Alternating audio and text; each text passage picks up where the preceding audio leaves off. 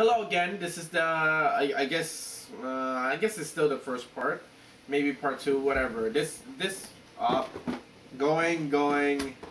Okay, he's back. Anyway, I'm going to be doing a little artist review about a Japanese, rock band, who's probably heavily inspired by the Beatles. They sound like the Beatles, and they're called the Pillows. Yeah. Okay, that's why he got it. Anyway, the Pillows is a Japanese rock band or alternative band, whichever one you want. They started in 1989 and originated with 4 members, but now they're kind of down to 3 members with 1 member constantly rotating. They rotate the 4th guy all the time. Kind of like a Morning Musume? Yeah, but it's just the 4th member. Anyway, the Pillows, they're a very good rock band, for Japan. If you want to hear almost like kind of authentic Japanese rock music, listen to the Pillows. And they sound like the Beatles. It's kind of weird to make that, comparison, but, let's admit it, I kind of see the comparison between the two. But at the same time, when they were doing the Fully Cooley soundtrack, they really came into their own. I have not heard a lot of their original, their 1991 album. Those things are very difficult to find. They're Japanese only. I don't think they're going to be imported here anytime soon. But I have bought a whopping 6 of their albums. Bought, as in paid for 6 of their albums. That's more than any other American rock band that I've done that for. Which kind of shows how much of a fan I am. They are definitely my favorite rock band. These guys are just absolutely amazing. They could do anime-based work. They could do Japanese exclusive rock. And all of their works are just beautiful little masterpieces that, causes me to have erections at night. Which I'm going to be seeing a doctor for, and I'm sorry. Anyway, there's 3 members in, the Pillows, except for the ones that's rotating out. The 3 main members is Sawao Yamanaka, which does the rhythm guitar and the vocals. The second one is Yoshiaki Manabe, and he does the lead guitar. Awesome guitarist. Awesome. Listen to the Fully Cooley album too to hear a lot of his work. And Shinichiro Sato, which does the drums. He's almost like a jazz drummer. He's very cool, very not very loud. Anyway, they did the work for Fully Cooley. Fully Cooley is almost like the Pillows tribute album. It's like I love the Pillows. Hear them play for these albums, and they're one of the people that did basically that entire album on their own.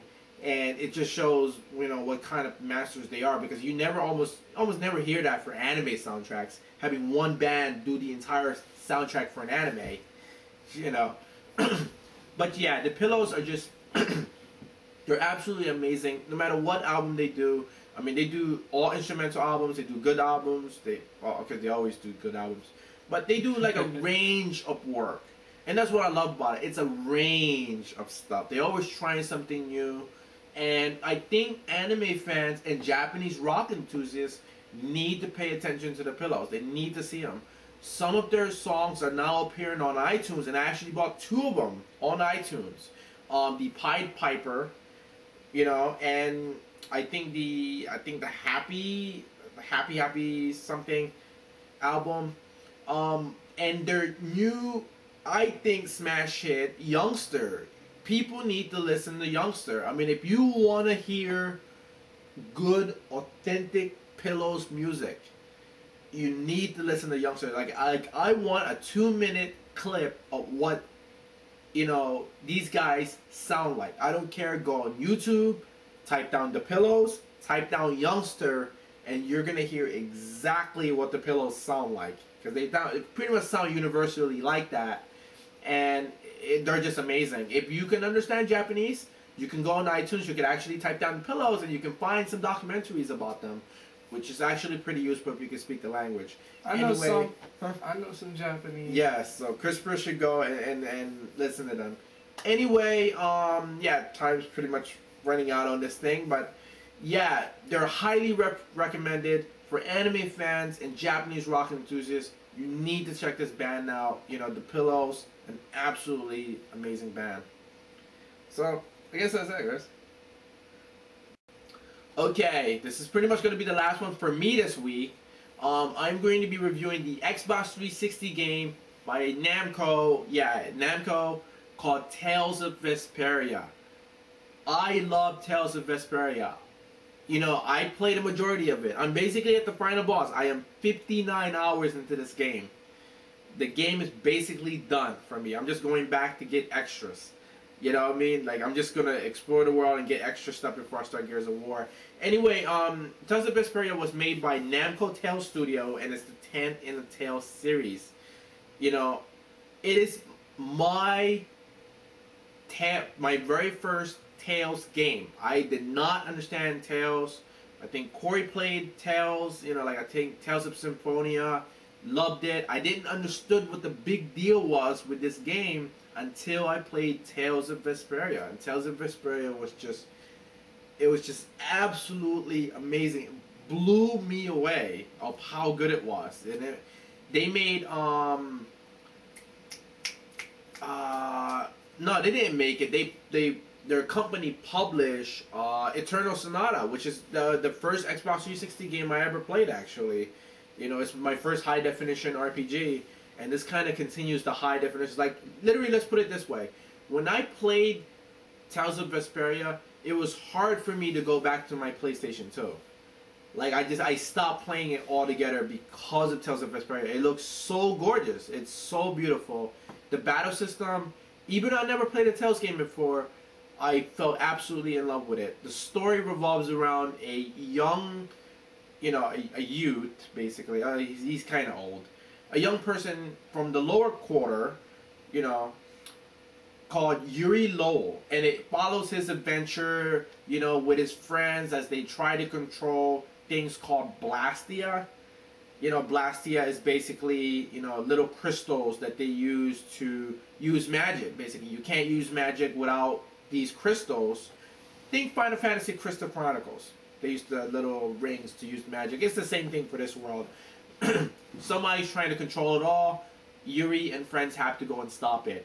And, you know, it just ends up becoming this whole big, you know, amazing game. Also, there's a lot of talk about, you know, the environment. It's like, you know, that's basically the theme. It's like, you know, global warming and things like that. If people don't change their lifestyles, the world is going to end, you know, but magically speaking.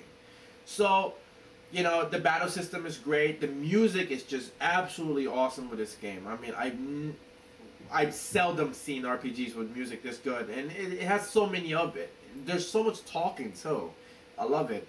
The English voice acting cast is just, I wouldn't say second to none, but they're very good. They're vastly superior to the Japanese cast. Extremely unusual for the English cast to be that much better than the Japanese cast. Like, I couldn't go back to the Japanese cast. The Japanese cast just sounds funny to me, you know. So yeah, if you have an Xbox 360 and you're looking for an RPG, make it Tales of Vesperia, because, you know, I'm pretty sure you will not be disappointed, even if you never played a Tales game before. So definitely go check that game out. Great.